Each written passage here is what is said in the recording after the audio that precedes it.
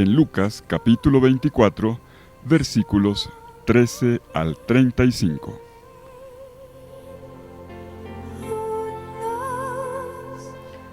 Dos discípulos de Jesús iban andando aquel mismo día, el primero de la semana, a una aldea llamada Emaús, distante unas 2 leguas de Jerusalén. Iban comentando todo lo que había ocurrido. Y mientras conversaban y discutían, Jesús en persona se acercó y se puso a caminar con ellos. Pero sus ojos no eran capaces de reconocerlo. Él les dijo: ¿qué conversación es esa que traéis mientras vais de camino? Ellos se detuvieron preocupados. Uno de ellos, que se llamaba Cleofás, les replicó: ¿eres tú el único forastero de Jerusalén que no sabes lo que ha pasado allí estos días? Él les preguntó: ¿qué? Ellos le contestaron: lo de Jesús de Nazaret, que fue un profeta poderoso en obras y palabras ante Dios y ante todo el pueblo. Cómo lo entregaron los sumos sacerdotes y nuestros jefes para que lo condenaran a muerte y lo crucificaron. Nosotros esperábamos que él fuera el futuro liberador de Israel. Y ya ves, hace ya 2 días que ocurrió esto. Es verdad que algunas mujeres de nuestro grupo nos han sobresaltado, pues fueron muy de mañana al sepulcro y no encontraron su cuerpo. E incluso vinieron diciendo que habían visto una aparición de ángeles que les habían dicho que estaba vivo. Algunos de los nuestros fueron también al sepulcro y lo encontraron como habían dicho las mujeres, pero a él no lo vieron. Entonces Jesús les dijo: «¡Qué necios y torpes sois para creer lo que anunciaron los profetas! ¿No era necesario que el Mesías padeciera esto para entrar en su gloria?». Y comenzando por Moisés y siguiendo por los profetas, les explicó lo que se refería a él en toda la Escritura. Ya cerca de la aldea donde iban, hizo ademán de seguir adelante, pero ellos le apremiaron diciendo: «Quédate con nosotros, porque atardece y el día va de caída». Y entró para quedarse con ellos. Sentado a la mesa con ellos, tomó el pan, pronunció la bendición, lo partió y se lo dio. A ellos se les abrieron los ojos y lo reconocieron, pero él desapareció. Ellos comentaron: «¿No ardía nuestro corazón mientras nos hablaba por el camino y nos explicaba las Escrituras?». Y levantándose al momento, se volvieron a Jerusalén, donde encontraron reunidos a los 11 con sus compañeros, que estaban diciendo: «Era verdad, ha resucitado el Señor y se ha aparecido a Simón». Y ellos contaron lo que les había pasado por el camino y cómo lo habían reconocido al partir el pan. Palabra del Señor. Gloria a ti, Señor Jesús.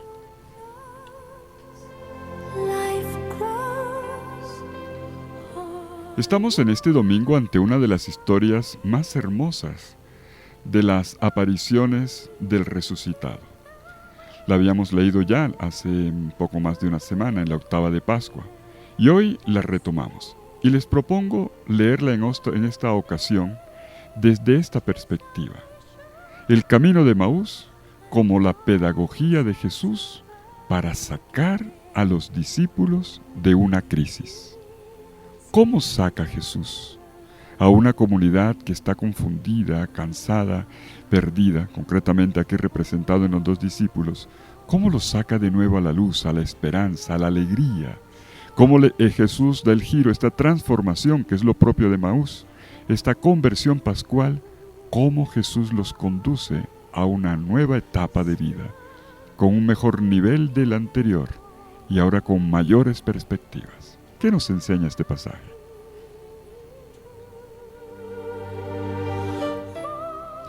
En el relato de Emaús podemos observar que hay 5 pasos.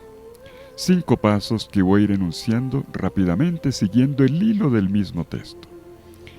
En el primer paso se nos invita a ver en los 2 caminantes de Emaús a gente como nosotros. Ya lo voy a explicar.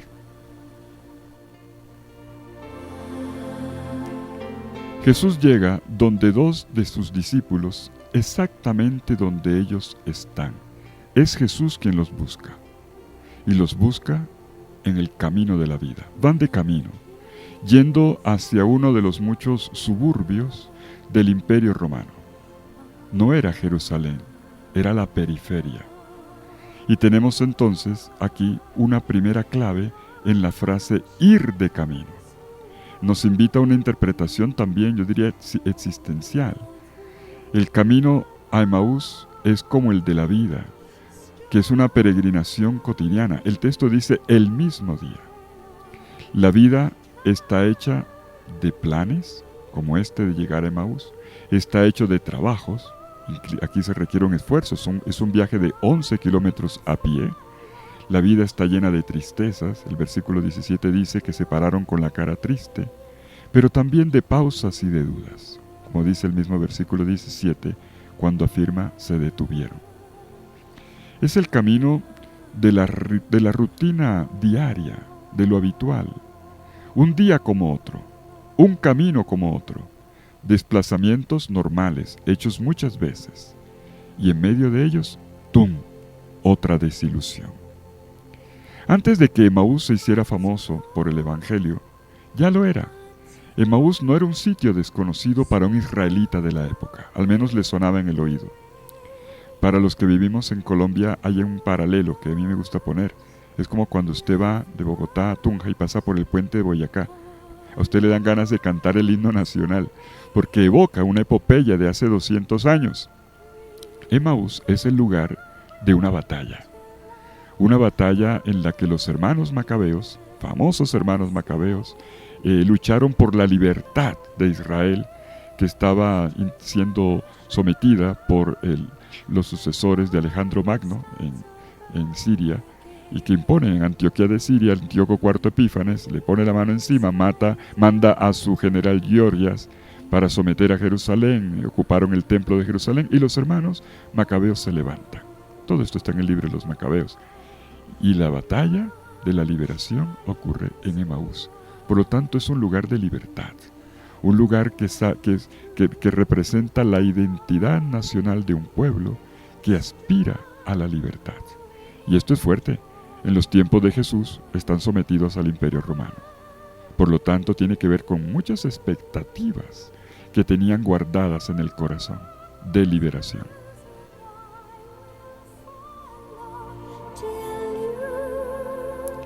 El Mesías Jesús había reavivado en ellos esas expectativas de liberación, y se habían llevado una sorpresa, una desilusión. Este Mesías había muerto.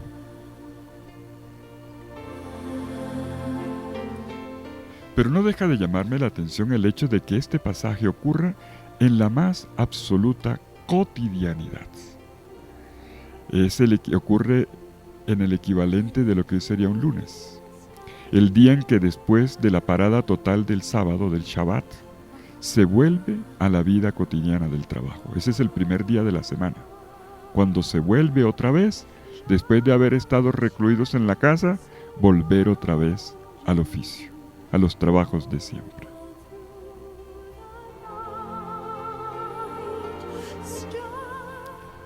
Un buen amigo, el italiano Matteo Crimella, que ha hecho recientemente un comentario sobre Emaús, él piensa que habría que leerlo también con el libro del Génesis, Génesis 1:5, donde el primer día de la semana, Yom Echad en hebreo, o Gemera Mía, el primer día en griego, probablemente tenga que ver con la creación. Creo que es un poquito exagerado. Aquí el texto en realidad lo que nos está diciendo es: estaban regresando a la vida cotidiana después de un tiempo de estremecimiento fuerte. Y Jesús se aparece precisamente en esta circunstancia. Se aparece como una persona normal, normalísima. Lo mismo que ocurrió en el camino con María Magdalena, quien lo confunde con un jardinero. Por eso es que no lo reconocen. Lo ven como una persona muy normal, no tiene la apariencia de un resucitado. Un resucitado debería parecerse al Jesús de la transfiguración, donde le brilla el rostro y la vestimenta. Eso sí sería lo más parecido a un resucitado. Sin embargo, en ninguno de los relatos de apariciones, Jesús aparece como una persona diferente, brillante, vestida de blanco, nada de eso. Como una persona completamente normal. Por eso no lo reconocen. Pero esta es la forma como Dios se revela y habla en la historia, y como espera que lleguemos a reconocerlo.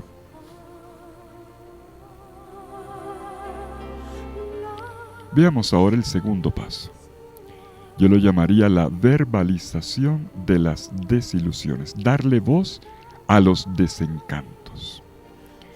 Los discípulos, Cleofás y su compañero, tienen la cara arrugada, van con la cara marcada por una fuerte desilusión.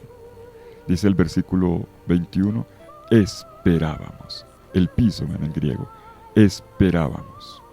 Y por lo tanto, ahora, después del fracaso de la cruz, ya no esperan. Esperaban, ya no esperamos nada. La antigua esperanza de un cambio nacional se esfumó. Ellos mismos lo recuerdan en este versículo 21. Esperaban una expulsión de los romanos por parte del Mesías. Y esta era su idea del reino. Y en realidad fue lo contrario. Fueron los romanos los que acabaron con Jesús. Y los dos discípulos de Emaús no solo cuentan lo que pasó, sino también su interpretación. En su desilusión, ellos van elaborando una interpretación del acontecimiento. Se dice que ellos conversaban y discutían. Autoio, milum, proisalelus, dice en griego. El verbo es homilía. Ellos, no exactamente un sermón, sino un diálogo. Homilía significa diálogo. Un diálogo en el que ellos van elaborando. Es un mecanismo de interpretación que es necesario hacer.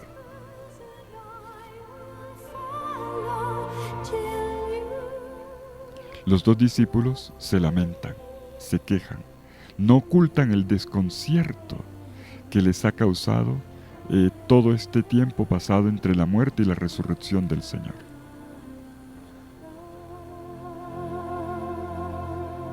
Y no solamente sale a flote una desilusión, también una división entre ellos.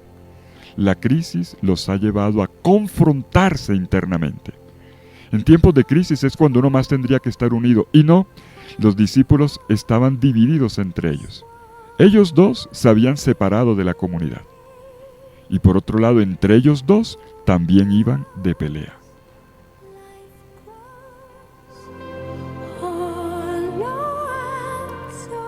¿Y qué ocurre ahora en el tercer paso?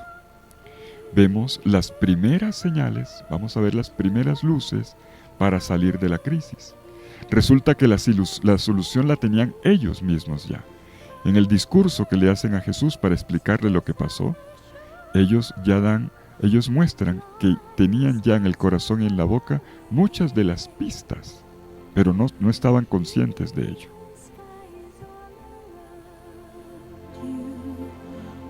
La primera pista es la de la tumba vacía. Es la de la tumba vacía. El signo de la tumba vacía es elocuente, pero puede significar muchas cosas, demasiadas cosas diría yo, como ocurre con nuestros fracasos y errores y nuestras tumbas. Y es por eso que existe la necesidad de interpretar este signo. ¿Y quién lo interpreta? Los ángeles. Los ángeles habían dicho cómo entender la tumba vacía. Los ángeles hermeneutas, como me gusta llamarlos a mí. Ellos ya han dicho que esta tumba vacía significa que el Señor está vivo, que ha resucitado. No ha sido, como se dice en el Evangelio de Mateo, una historia que crearon de que lo habrían robado el cadáver. No, no es eso. Significa resurrección.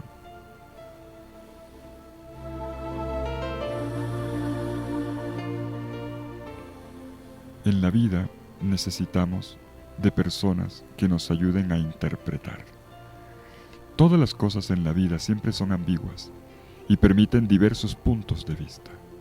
Necesitamos de ángeles intérpretes que pronuncien la palabra clave. En este caso fue, Él está vivo.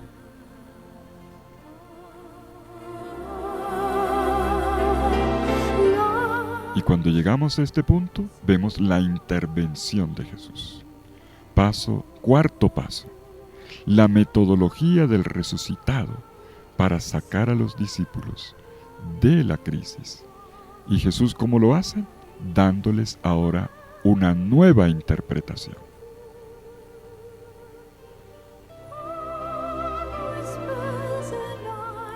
¿Qué hace Jesús? Jesús primero hace 5 cosas. 1. Jesús, que de alguna manera está fuera de la situación, los ha hecho hablar, los ha hecho contar lo que les está ocurriendo. 2. Jesús se ha tomado el tiempo para caminar con ellos, haciéndole preguntas. 3. Jesús todavía les rebate y los invita a ver las cosas desde otro lado. Pero 4, Jesús los reprende. Oh insensatos y tardos de corazón para creer. Les muestra que había que ejercitar no solamente la fe, sino también la inteligencia. Y por último, Jesús, una vez que les muestra que ellos tienen una mala lectura de las cosas, Él mismo les interpreta el sentido de lo que ocurrió.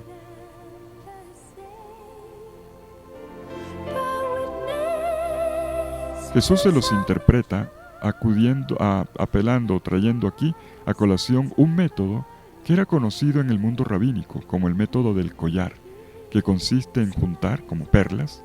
Usted va cogiendo las perlitas y las va metiendo todas en una misma cadena o en el mismo hilo. Aquí se van colocando perlas de la Escritura y se van encadenando unas con otras. Jesús junta una serie de pasajes de la Escritura, desde Moisés hasta los profetas, para mostrar la unidad del plan de Dios. Y esto es importante. Jesús, ante el relato, ante la narrativa, que es una interpretación que tienen los discípulos del acontecimiento de la cruz, Jesús les propone ahora una nueva lectura que se hace desde la Sagrada Escritura.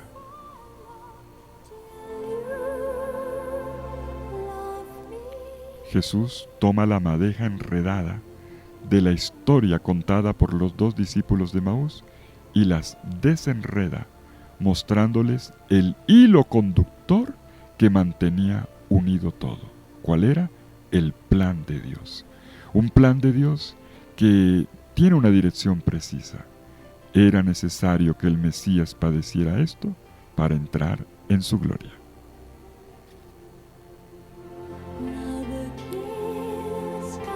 Y estas acciones del Jesús Maestro, del Jesús Pedagogo, ahora desembocan en un compartir en la casa. Todo desemboca en la casa y en la comida. Allí Jesús parte el pan, y los discípulos lo reconocen en un gesto familiar, el de la bendición, la veracá, se dice en hebreo, la bendición que se pronuncia en cada comida, y que sin embargo ha caracterizado el sacrificio de Cristo en la última cena. Por eso Jesús no se contenta con pasar un tiempo con sus discípulos decepcionados o con hacer arder sus corazones abriéndoles el significado de las Escrituras, sino que come con ellos, reafirmando el amor que tenía por ellos, dándoles su vida entera, es decir, su cuerpo y su sangre. De esta manera Jesús les permite reconocerlo, sea en los signos sagrados, sea en la historia, sea en los pobres, sea en los extranjeros que encontrarán a partir de ahora en todos sus caminos.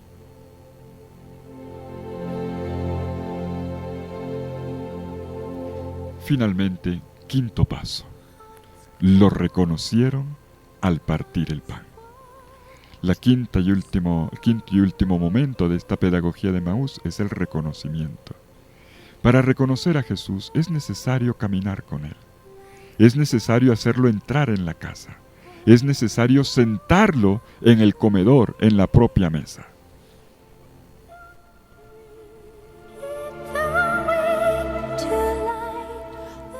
Y aquí el método que Jesús utiliza para reconocerlo en la mesa es el de la memoria. el ejercicio de la memoria. En la cena Jesús hace un gesto evocador, un gesto que despierta el recuerdo de lo que los discípulos ya le habían visto hacer antes, el de partir el pan. Sabemos muy bien que en una comida judía siempre se parte el pan. El papá parte el pan y lo reparte a los que están en la mesa. Pero Jesús en aquella ocasión, como padre de familia, como padre de la comunidad paterfamilias, no había hecho un gesto más. Había dicho: esto es mi cuerpo, esta es mi sangre. Soy yo entregándome a ustedes. Los discípulos ahora evocan el sentido de la entrega de Jesús. La lección es completa. Ellos han pasado primero por la exposición de su decepción, por su interpretación. Jesús les ha contrapuesto otro relato, que es el relato de Dios, que lleva el hilo conductor de las cosas. Cuando nos parecen disparatadas, hay un hilo conductor, un plan de Dios. Y esto ahora finalmente se confirma en el gesto de Jesús, que ha partido el pan para explicar el sentido de su entrega en la cruz. Pero la cosa no termina aquí. El Evangelio termina con una tarea. Este es un Evangelio cargado de muchas y profundas emociones, pero se sale de la crisis con una misión, con una tarea. Y la misión de los 2 discípulos de Emaús cuando se levantan de la mesa es anunciar lo que les ocurrió, dar el testimonio de lo que les ocurrió en el camino y en la fracción del pan. Un anuncio, una misión que comienza en la periferia. Emaús no es Jerusalén. Y es en Emaús, no en Jerusalén, donde han encontrado a Jesús. No lo han encontrado tampoco en el templo. Lo han encontrado en una casa de familia. No es, por cierto, como algunos intérpretes dicen, una posada, un hotel. No. Era la casa de familia. A Jesús lo encontraron no en la ciudad donde murió. Lo encontraron en la vida cotidiana, en la vida corriente, haciendo la ruta normal de la vida. Necesitamos buscar a Jesús donde Él se deja encontrar, como un extranjero que camina junto a aquellos que saben abrirle la puerta de su casa.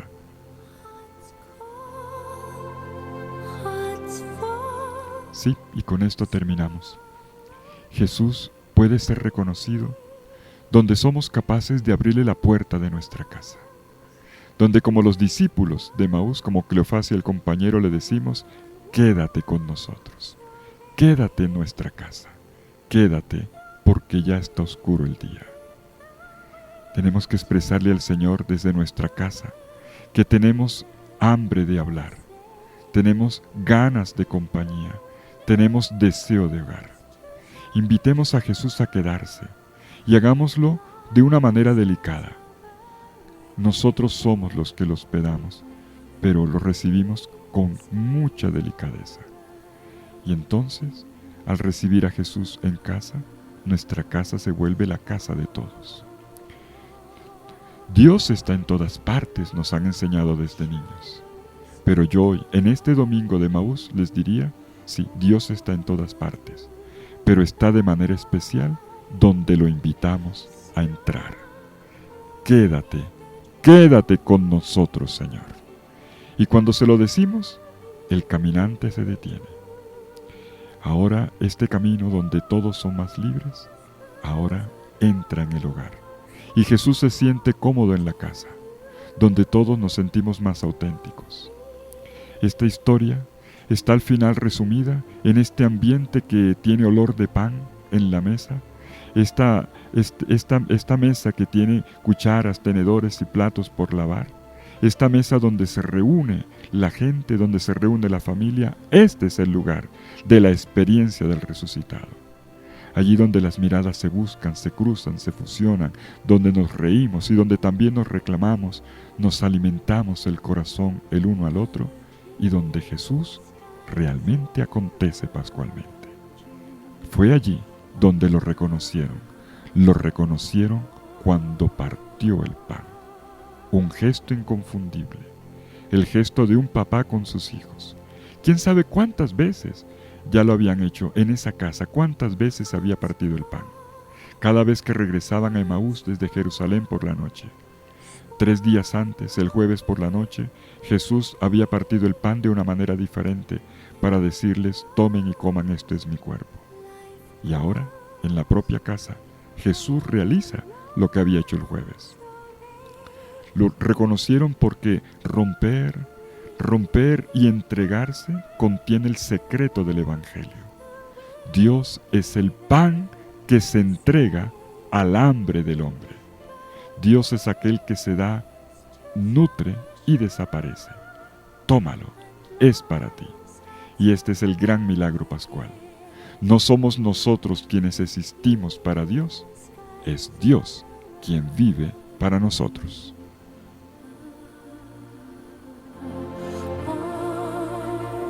Quédate con nosotros. Que sea esa nuestra oración hoy. Que el Señor los bendiga en el nombre del Padre, del Hijo y del Espíritu Santo. Amén.